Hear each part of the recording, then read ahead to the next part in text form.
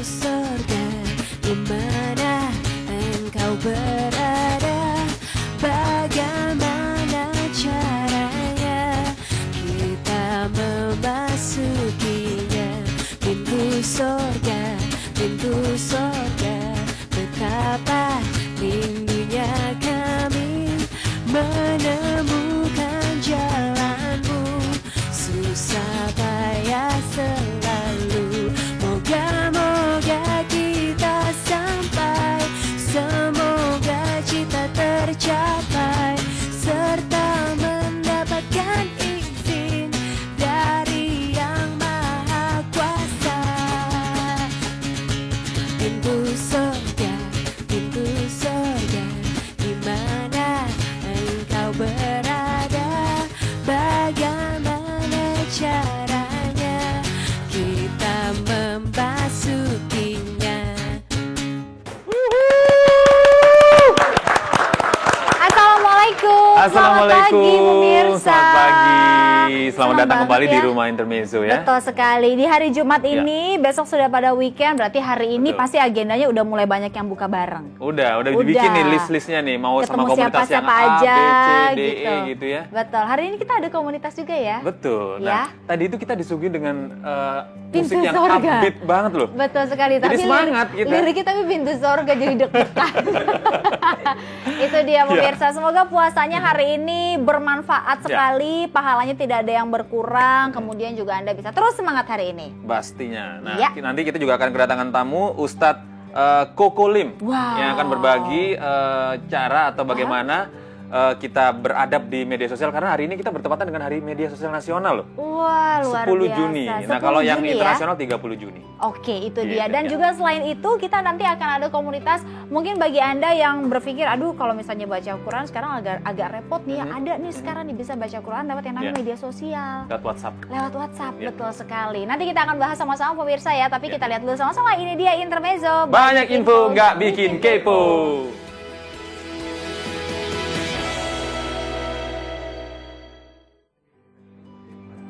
Ya, hari ini kita ngebahas siapa nih? Ya, pertama-tama ini kita mau bahas Haji Muhammad Usman Ansori. Beliau ini dikenal dengan Koko Lim yang merupakan seorang mualaf yang menjadi ustadz pemirsa. Nah, Koko Lim ini berdakwah di mana saja, mulai dari mimbar, kemudian juga masjid hingga media sosial. Seperti apa Pas profilnya? banget nih sama Pas ya? agenda kita hari ini ya. Media sosial ya. Iya. Kita lihat informasinya, ini dia.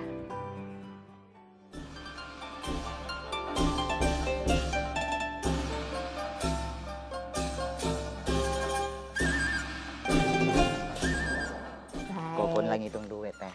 Iya, ketahuan itu duit. Alhamdulillah teh. Kenapa Koko? Penataran P7, pergi pagi, pulang pagi, penghasilan pas-pasan. P7. Pergi Pagi, pulang pagi, penghasilan pas-pasan. Hmm. Pas banget sih, ntar kakak. Jarang super teh. Apa jarum super? Jarang di rumah suka pergi. Pinter kakak. Cuma dapat ceceng, nengceng. Ceceng. Ya, cuma 10.000 teh. Ada uang receh. 100 lagi teh. Haji Muhammad Usman Ansori SQMA Al-Hafiz atau yang biasa kita sebut dengan Koko Lim adalah seorang ustadz yang berasal dari etnis Tionghoa yang terlahir dengan nama Lim Hai Thai. Selain sebagai ustadz, ia juga seorang pengasuh pondok pesantren pembinaan mu'alaf Seng Ho Budaya yang berada di Sentul Selatan Bogor, Jawa Barat. Koko Lim memulai diri menjadi seorang ustadz dengan berbagai banyak kisah dalam perjalanan hidupnya. Koko Lim adalah seorang mu'alaf yang mulai mempelajari Islam karena kesukaannya pada kisah-kisah Nabi. Hal tersebut yang membuatnya ingin mempelajari Islam lebih dalam lagi. Sejak duduk di bangku kuliah, Koko sudah mulai berdakwah. Namun dengan keinginan untuk melebarkan wilayah dakwah, ia mulai mengikuti kompetisi dai di salah satu stasiun televisi swasta di Jakarta.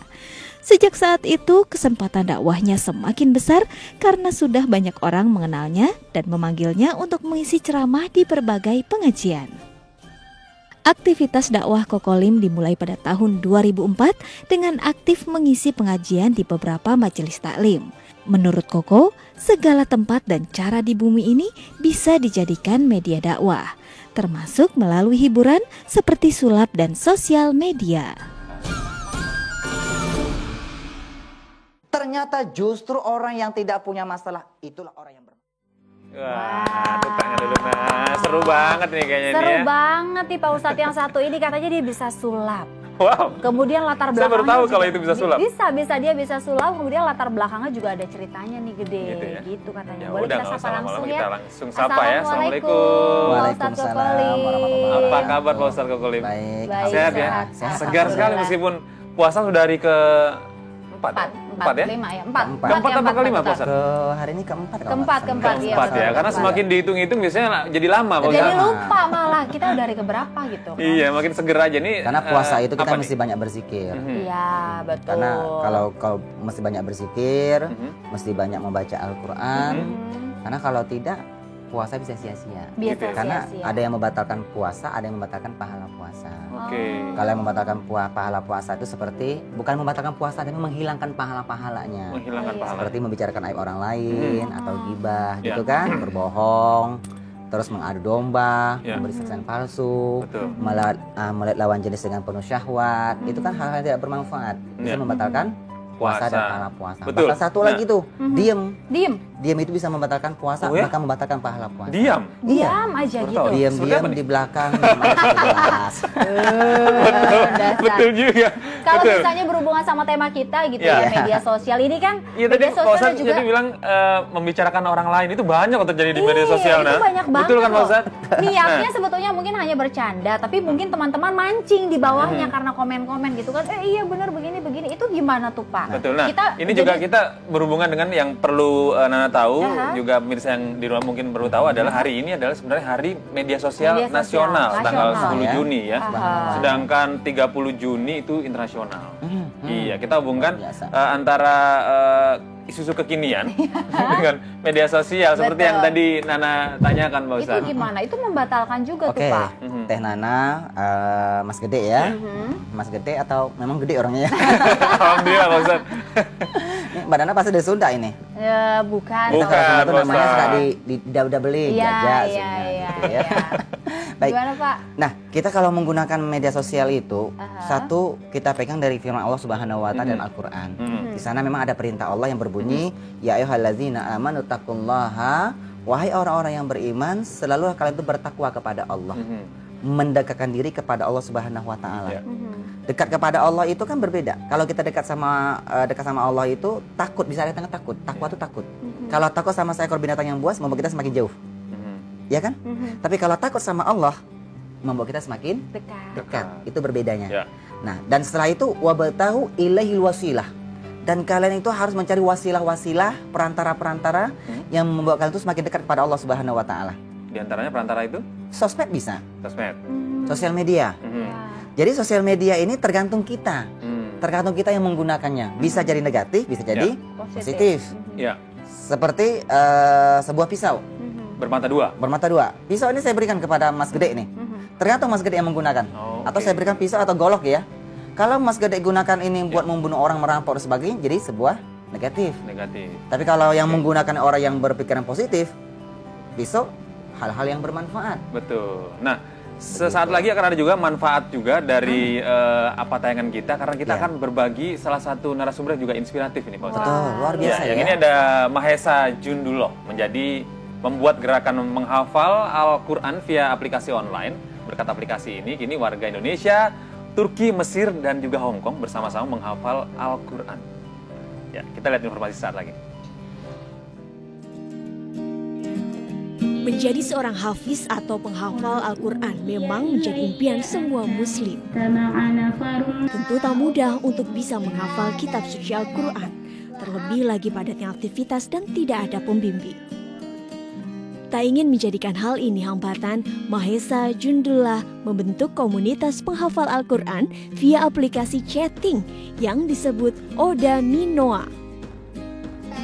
Lewat aplikasi ini kita bisa berkomunikasi dengan siapapun dan kapanpun untuk menghafal Al-Quran. 1,5 tahun sudah komunitas via aplikasi chatting ini menjalankan kegiatannya dan sudah ada 400 orang yang ikut tergabung. Mereka berasal dari Indonesia dan dari berbagai negara seperti Turki, Mesir, dan Hong Kong. Ketika menghafal dan mempelajari Al-Quran kini sudah ada di genggaman Anda. Tertarikkah Anda untuk bergabung dengan Oda Minoa? Dari Jakarta, Dini Raffiu dan Sensen Juli, MNC Media memberitakan. Wah, Subhanallah, itu dia ya, luar biasa ya. Di hari seperti ini gitu masih ada orang-orang yang mungkin berpikiran baik, oh udahlah kita bikin aplikasi WhatsApp yang untuk itu dia menghafal Al-Quran. Ternyata fungsi WhatsApp nggak cuma menghubungkan saja ya sebagai media komunikasi, tapi juga menjadi sebuah komunitas ya, yang menjadikan orang-orang yang pengen menghafalkan Al-Quran bisa berbagi. Iya, betul sekali. Iya, nah kita sudah kedatangan tamu. Ini ada Mahesa Jundullah yang tadi kita lihat profilnya, pemirsa, dan juga ada mungkin ini salah satu anggota dari komunitas, betul ya? Assalamualaikum warahmatullahi wabarakatuh. Waalaikumsalam warahmatullahi wabarakatuh. Selamat pagi Mas, sehat Mas? Alhamdulillah. Sudah ada Mas Mahesa dan juga Mas Ridwan di sini. Nah, mungkin kita mau tanya-tanya nih, biasanya yang namanya orang baca Quran pasti ya panggil guru ngaji atau datang ke masjid. Nah, ini di WhatsApp itu sendiri karena ya kesibukan orang atau gimana Mas? Ya, awalnya sih pada waktu ini kan 1,5 tahun yang lalu ya, saya juga karyawan swasta gitu ya. Jadi keterpanggilan sih waktu itu saya memulai untuk menghafal, tapi memang butuh komunitas gitu ya, yang bisa saling menyemangati. Dan kan kita nih kalau grup WA kan sudah banyak digunakan gitu ya. Akhirnya saya coba membuat gimana nih kalau kita saya mengumpulkan dengan ada nggak sih teman-teman yang punya kesibukan gitu ya dalam keseharian, tetapi juga punya semangat yang sama gitu, niatan yang sama untuk bisa menghafal Al-Quran ya. Sampai akhirnya saya memanfaatkan WA itu untuk tadi membentuk suatu gerakan namanya Oda Minoa ini. Oda Minoa. Oda Minoa. Oda Minoa. Apa kepanjangannya Oda Minoa? Oda Minoa kedengarannya mungkin agak aneh gitu ya. Iya. Jadi agak aneh, tapi catchy loh. Iya, Oda Minoa. Kayak nama sejenis tumbuh-tumbuhan. Oda Minoa itu bener, iya. Oke, Oda Minoa itu one day minimal one ayat ya. Jadi one day minimal one ayat. Iya. Oke. Kemudian? Jadi satu hari itu kita menghafal minimal. Jadi minimal ya, harus ada tambahan kita menambah hafalan kita satu hari satu ayat. Satu hari satu ayat. Jadi itu tambahannya. Jadi kalau mau nambah 2, 3, 4 boleh, atau sampai satu halaman ya silakan gitu. Gitu. Kalau Mas kapan mulai bergabung dan apa latar belakangnya sehingga ingin tergerak gitu untuk bergabung gitu? Saya tergabung mungkin sudah sekitar 1 tahun lebih ya. 1 tahun lebih. Ya, jadi itu saya lagi pengen menghafal Al-Quran gitu, tapi kesiapan nih gitu ya. Guru juga agak susah karena dengan kesibukan kerja saya. Akhirnya saya browsing di internet, ketemulah ini grup yang ini. Kemudian saya kirim SMS, WhatsApp ke Mas Mahesa ini. Kemudian itu udah lama, sekitar 3 bulan, 4 bulan itu saya baru dimasukin ke grup. Dikonfirmnya lama, eksklusif rupanya enggak ya? Mungkin karena banyak ya yang pada ini yang daftar. Tapi setelah itu alhamdulillah saya menikmati setiap hari itu saya storan gitu kan. Saya kadang-kadang saya kirim audio saya juga tolong dikoreksi gitu ya dari semua anggota gitu kan. Setiap hari kemudian ada yang ngerekap juga, saya jadi bisa termotivasi untuk menghafal Al-Quran gitu. Menarik. Jadi itu memang kayak sudah kayak PR sendiri, panggilan sendiri. Oke, satu hari ini harus ada yang hafal gitu. Iya, begitu. Benar. Jadi emang kebetulan saya juga punya target gitu kan. Kemudian ya ini targetnya 1 ayat, masa sih kita 1 ayat tidak bisa gitu, walaupun di kesibukan kantor saya ini yang dari pagi kemudian sampai malam baru pulang, minimal 1 ayat adalah yang bisa kita hafal. Alhamdulillah udah 1 tahun ini beberapa juz yang bisa kita hafal. Alhamdulillah ya. Oke. Nanti akan kita lanjutkan lagi pembicaraan ini pemirsa, tapi sebelumnya untuk Anda kita ada info mengenai mungkin untuk Anda gitu ya yang menderita penyakit ginjal. Nah, ini bukan halangan tentunya untuk puasa. Kami akan berikan tips berpuasa bagi orang-orang yang mengalami sakit ginjal. Seperti apa? Ini dia.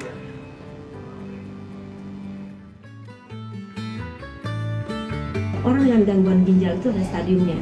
Ada stadium yang 5, itu dia biasanya harus menjalani cuci darah.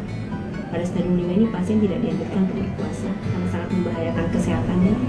Walaupun demikian, kadang-kadang ada juga pasien nyolong-nyolong berpuasa di luar jam cuci darahnya, di luar hari cuci darahnya. Nah, ini sebenarnya sangat berbahaya karena bisa kekurangan cairannya. Kemudian lagi stadium 4. Stadium 4 itu biasanya sudah mulai lampu kuning ya. Ini juga sebaiknya kita tidak anjurkan berpuasa. Jadi syaratnya adalah apabila kondisi fungsi ginjalnya masih cukup baik. Jadi kalau stadium 3, 2, dan 1 masih cukup aman berpuasa.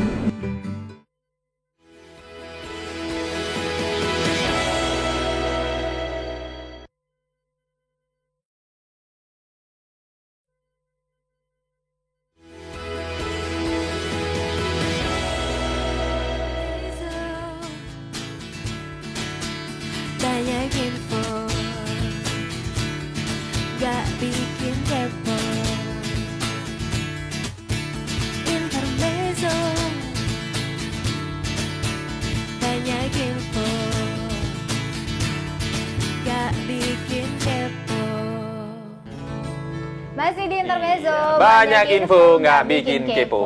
Nah, kita kembali lagi ke topik yang tadi ya. Gede Silaturahmi ya. dan media sosial. Betul sekali. Nah, menurut hadis kan silaturahmi ini bisa memperpanjang usia dan memperbanyak rezeki. Betul. Amin. Gimana dalam Karena kacamata Pak Ustadz? Rasulullah SAW pernah mengajarkan, "Man ahabba yusattallahu fi rizqihi."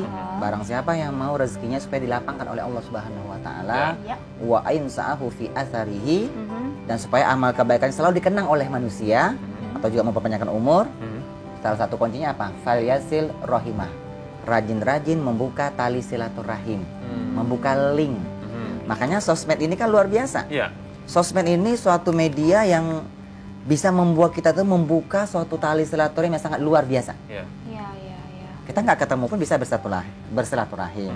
Dari sosmed aja kita akhirnya bisa ketemu Mas Ridwan, Mas Esa, kan begitu kan? Iya. Barokah dari sosmed gitu loh. Iya. Cuma nanti silaturahimnya seperti apa? Kan begitu kan? Sekarang ini juga ada sosmed dikatakan mendekatkan yang jauh Menjauhkan yang dan dekat. menjauhkan yang dekat. Iya, mendekatkan Gimana yang tuh jauh. menyikapi hal seperti Menjauhkan ini, yang- Pak Ustadz? Menjauhkan yang dekat tapi Kita nih sibuk sibuk aja begini. Ya, Saya ya. sebelahan sama Gede tapi saya sibuk sendiri ngobrol sama yang gitu. di mana. Gede juga Iya kan Mas? begitu. Ya kan ketika kita ketemu di grup nih, kita misalnya buka bersama misalnya kan, pada sibuk nih main Punya dunia handphonenya, masing-masing. iya punya dunia masing-masing. Sementara yang kita nggak dapat esensinya kalau menurut saya ya dalam mengadakan silaturahmi ini. Gimana menurut Di Pak? dalam Islam itu mengajarkan seperti ini, ya. Islam itu mengajarkan tuh likulli maqam makan, walikulli maqami makan, wali makan maqam.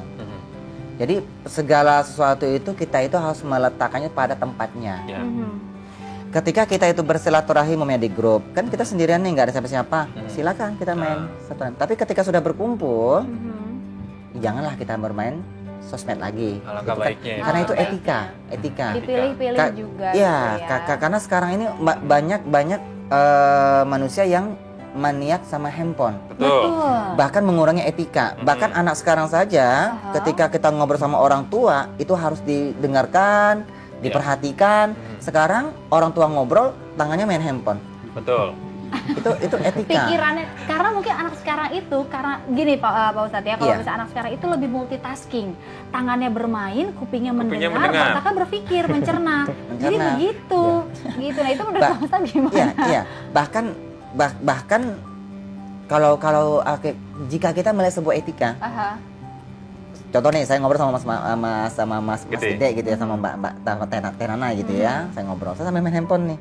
Apa rasa yang kita rasakan? Oke, serasa tidak dihargai. Serasa tidak dihargai, Iya. merasa tersinggung gitu loh. Betul. Jadi kita harus menempatkan sesuatu itu pada tempatnya. Pada tempatnya ya. Sehingga sekarang mohon maaf, banyak kejadian tabrakan kecelakaan di kendaraan, itu sambil nyetir main handphone, Sambil texting. tangan memegang setir, Setir satu. satu pegang handphone. Dan ini sering kejadian, dan saya pun pernah kecelakaan ditabrak orang gara-gara untuk main handphone. Oke. Saya waktu itu lagi Idul Fitri kemarin itu. Subhanallah, saya lihat mobil saya di belakang. Begitu ada mobil begitu kencang dari belakang, Iya. kan itu tiba-tiba kan di tol tuh macet, Iya. ngerem. Saya pertama lihat spion depan itu belakang. Wah, belakang ini pasti nggak bisa ngerem ini. Oh gitu. Saya langsung Sudah menghindar ke kiri. menduga Saya ya? langsung menghindar. Dia tabrak ujung mobil saya, mobil Koko itu ya. Ya. Terus itu dia tabrak mobil depan lagi. Dia tabrak lagi trotoar. Berbalik-balik seperti itu. Iya ampun. Saya mah nggak apa-apa. Tabrakan beruntun Mobil ya. doang yang rusak, tapi yang depan Koko itu yang berdarah. Mhm. Ini orang main handphone. Mhm. Alasan dia ngidupin AC. Begitu diteliti sebagainya, main handphone. Main handphone ya. Oke. Kecepatan tinggi mobil main handphone, mungkin berapa detik hitungan dia megang handphone, kecelakaan yang terjadi. Itu dia. Jadi memang harus menggunakan ya itu sosial media. Sesuatu handphone. pada tempatnya. Sesuatu Pada pada tempatnya. tempatnya. Jadi yang orang itu harus berlaku adil dan bijaksana. Apa itu adil? Adil itu kata baginda Rasulullah itu adalah wat usyai fi mahalih. Menempatkan sesuatu itu pada tempatnya. Tempatnya. Nah, Pak Ustadz, bisa dibilang kan internet dan sosial media itu adalah dunia tanpa batas ya. Tapi yang harus diingat ada juga yang namanya netiquette atau etiket berinternet ya. Betul. Nah, gimana hubungannya dengan akhlakul karimah di dalam Islam? Betul. Gini loh Mas Gede. Nih supaya kita ini semakin paham menggunakan media sosial. Ya. Iya. Karena kalau menurut Imam Suraim, seorang ulama besar yang ada di imam besar yang ada di timur ya, seorang imam Masjid Haramain ya, Makkah dan Madinah, mengatakan itu salah satu masuk Ghazul Fikri, penyerangan dari segi akal. Sampai sebenarnya akal dari media sosial itu. Karena banyak dari media sosial itu kita kurang beretika menggunakan media sosial. Bahkan sekarang kita lagi ngobrol nih. Kita nggak ngomong sama orang, tapi kita bisa menggibah orang. Nah, itu. Kok kita tahan dulu? Karena ada yang sudah nelpon. Sudah ada yang nelpon ke kita, karena memang kita buka line telepon juga untuk pemirsa ya. Assalamualaikum, selamat pagi. Assalamualaikum. Waalaikumsalam. Ibu, dengan siapa ini? Tema ini ya sangat menarik. Maaf Ibu, dengan Ibu siapa? Ibu Dewi. Oh, Ibu Dewi. Terima kasih Ibu. Begini Pak, memang sangat perlu kita bersilaturahmi. Karena disinilah apa yang kehilangan untuk kita ini akan ketemu. Maksudnya yang jauh jadi dekat, yang bermusuhan jadi berteman, baikan kembali. Nah disinilah perlunya silaturahmi. Betul. Ya, karena silaturahmi ini sangat besar bedanya untuk kita sebagai hamba Allah, ya. Karena masalah dosa ini, Pak, mohon maaf, masalah dosa ini kita harus saling memaafkan. Karena kan sebenarnya ini kita manusia ini, Pak, maaf ini kenyataan. Kita sebenarnya semua ini adalah saudara. Betul. Cuma kita sudah punya keturunan, akhirnya ya saudara, akhirnya kan besar. Sebenarnya ini kita sudah namanya saudara. Dari satu ayah dan satu ibu. Baik. Ibu. Iya, benar ini Pak. Ibu Dewi ada yang mau ditanyakan Ibu? Ayah dengan ibu ini Pak merupakan kita lah semua anak-anaknya. Kita berasal dari satu ayah dengan satu ibu. Tetapi dalam hal ini kebanyakan orang tidak menyadari. Dia anggap kita ini lain, dia tidak menyadari. Ini memang fakta. Tidak menyadari karena sudah berjauhan. Iya, terima kasih Ibu Dewi. Ibu Dewi ada yang mau ditanyakan atau masukan? Pertanyaanku begini Pak. Sebesar-besarnya kita punya dosa terhadap saudara kita atau keluarga kita, ya. Kita harus saling memaafkan. Mau kemana lagi? Betul. Tidak mungkin kita mencari yang lain, ya. Baik. Allah saja memaafkan dosa yang terbesar. Buktikan saja. Dia menyatakan orang bilang orang itu jahat. Ini satu contoh. Iya. Jahat di mata manusia, tetapi di mata Allah tidak. Malah dia yang masuk surga, malah orang yang baik masuk neraka. Betul. Bagaimana kira-kira pendapat Pak Ustaz? Terima kasih. Iya, terima kasih banyak Ibu Dewi di Makassar. Di Makassar. Nah, jadi ada masukan, ada pertanyaan juga nih Pak. Ya, bagaimana menurut Kokolim sendiri? Jadi pertanyaan Bunda Dewi ini luar biasa ya, karena beliau ini suka mengamati hal-hal yang terjadi setelah adanya sosmed seperti ini. Betul. Gitu. Jadi kalau kita mengatakan sosmed ini semakin mempererat tali silaturahim atau semakin jauh? Nah, itu dua pertanyaan. Ada yang mengatakan sosmed, wah gampang silaturahim. Silaturahim itu punya etika loh. Silaturahim itu punya etika. Kalau orang dulu kalau kita silaturahim itu ketok pintu datang bersalaman. Kadang-kadang untuk menghibur, etika yang baik bawa oleh-oleh gitu kan. Zaman sekarang aja karena sosmed kita jarang ketemu. Cuek. Karena udah merasa kita sudah cukup sosmed. Padahal ini salah. Gitu. Boleh, bukan disalahkan, boleh tapi kurang afdol aja. Kurang afdol aja. Sebaiknya seperti apa Pak Ustaz? Sebaiknya begini, karena di dalam Al-Quran itu Allah jelaskan seperti ini, ada kalimat wal ya'fu wal yasfahu. Itu nanti banyak kejadian tuh di bulan Idul Fitri nanti mengucapkan Idul Fitri sebagainya. Nah, itu nanti kita bahas ya. Itu nanti kita bahas ya. Tapi kita jeda iklan dulu nih pemirsa, di mana pastinya nih di bulan Ramadan yang bulan penuh hikmah ini kita mau memberikan informasi mengenai Habib Lutfi yang akan memberikan ulasan mengenai keutamaan dari hikmah bulan Ramadan. Dan semoga bermanfaat untuk Anda. Kita lihat sama-sama ini dia ya.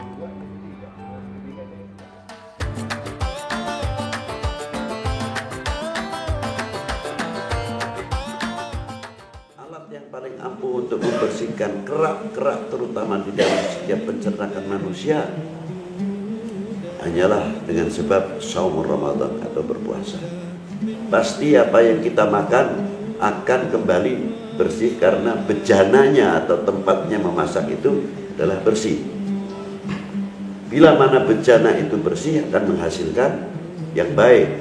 Begitu juga pencernaan kita. Apabila kita makan, pencernaan kita itu baik, hasil daripada pencernaan yang kerjasama erat sekali dengan pankreas, dengan ginjal dan lain sebagainya di organ tubuh ini, lalu akan menghasilkan HB yang bagus, darah-darah, butiran darah yang baik. Dari hasil tersebut, darah-darah yang baik itu akan kerjasama kita dengan liver kita, dengan jantung, paru-paru, sampai membersihkan otak-otak kita daripada hasil darah tadi yang baik yang kerjasama antar liver dan jantung. Tidak mendapatkan lapar dan dahaga saja, tapi dengan dididik mendapatkan lapar dan dahaga karena jiwa kita sudah mulai terlatih, paling tidak kita akan menambah kesabaran kita bagaimana ketika menahan dahaga dan bagaimana kita menahan lapar, yang akhirnya dari hasil kesabaran akan banyak korek introspeksi kekurangan-kekurangan apa yang ada pada diri kita, dan aplikasinya, sosialisasinya kita, implementasinya kita kepada sama kita akan jauh berpikir bagaimana terhadap fuqara wal masakin dan lain-lainnya. Itu kurang lebihnya yang saya sampaikan. Assalamualaikum warahmatullahi wabarakatuh.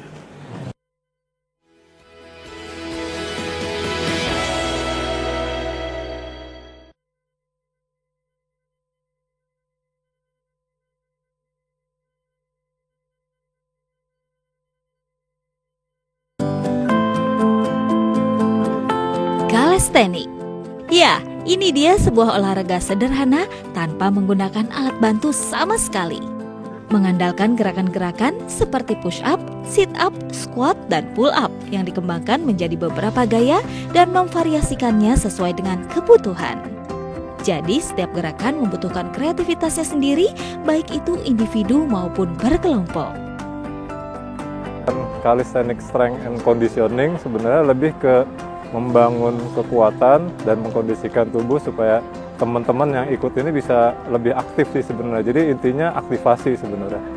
Aktivasi otot-otot yang akan digunakan untuk bergerak. Calisthenics berasal dari bahasa Yunani, yaitu kalos yang artinya indah dan juga stenos yang artinya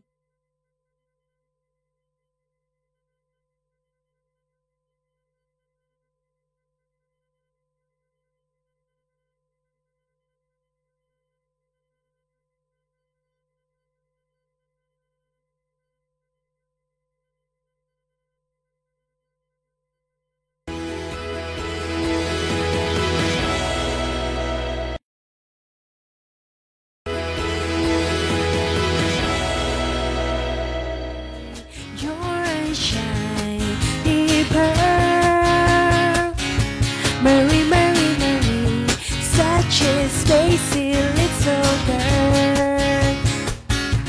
Mary, Mary, Mary, you're a shiny pearl.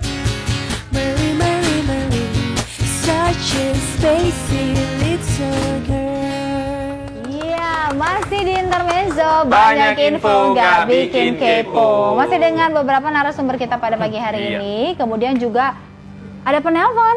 Oh ya? Oh iya, itu dia. Oke, kita tahan dulu. Assalamualaikum.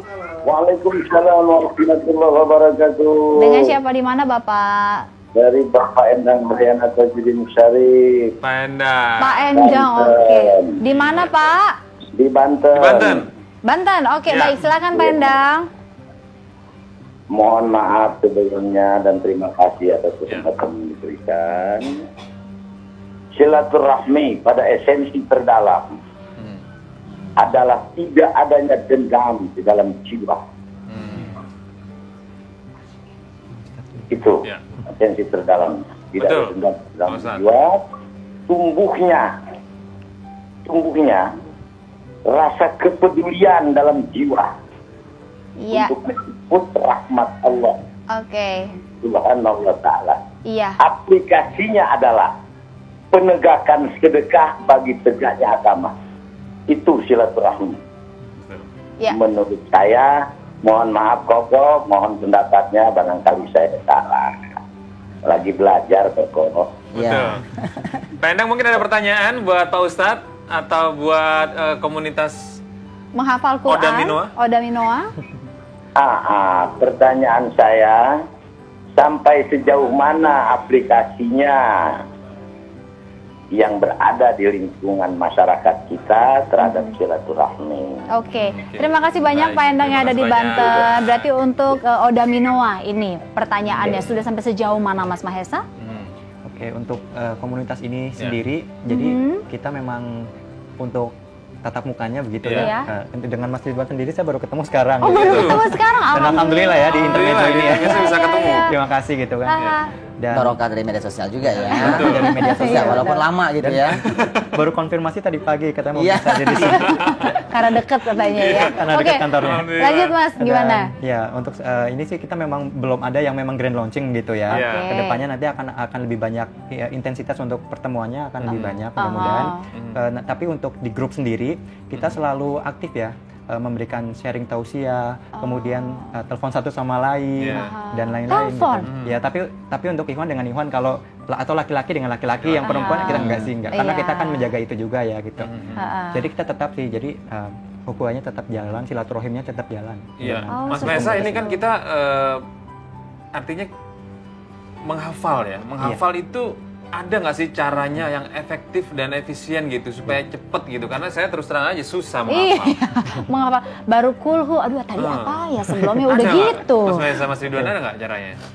Oke, kalau dari saya pribadi sih sebetulnya untuk banyak metode lah ya, dan setiap itu tergantung dari kita gitu ya. Kemampuan setiap orang kan berbeda untuk menghafal, kemampuan menghafalnya. Kalau dari saya pribadi, saya berdasarkan pengalaman saya, awal-awal sulit sekali ya. Walau even hanya satu ayat itu sangat sulit.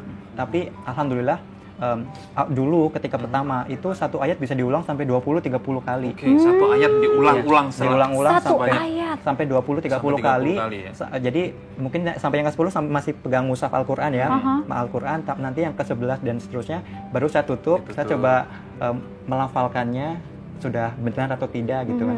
Jadi tapi untuk semakin sering berjalannya waktu sih alhamdulillah makin lebih cepat sih untuk menghafal. Karena gini Mas, itu kan ayat-ayat nggak semuanya gampang dihafalnya. Ada beberapa kata-kata yang susah gitu dihafalnya, berkali-kali nggak bisa juga. Nanti kalau ulaika. Nah ya kayak gitu-gitu gitu.